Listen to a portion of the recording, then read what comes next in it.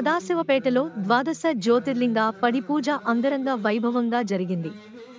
పట్టణంలోని గంజి వెనుక శ్రీ శివ పంచముఖ హనుమాన్ మందిరం ఆలయంలో ఆలయ గురుస్వాముల ఆధ్వర్యంలో ఉదయం రుద్రాభిషేకం, లింగాష్టకం నిర్వహించి మధ్యాహ్నం జ్యోతిర్లింగ పూజలు నిర్వహించారు.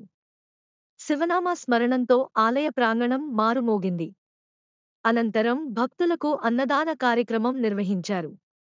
ఈ కార్యక్రమంలో గురుస్వాములు హనుమాన్, సురేష్, యాదగిరి, పోల సతీష్, శేఖర్, సంగమేష్, శ్రీకాంత్, అనిల్, గంగాధర్, నవీన్, హరీష్, నాగరాజు, భక్తులు అధిక సంఖ్యలో పాల్గొన్నారు.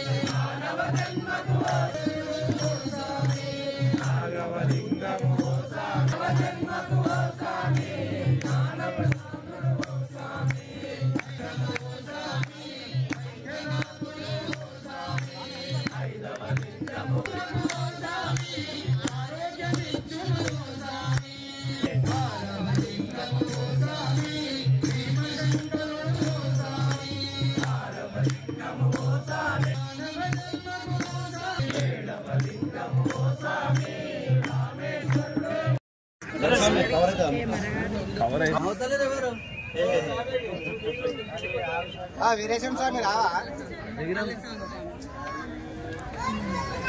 ఫ్యామిలీతో దిగినావు ఇద్దరు కూడా ఇంకేమది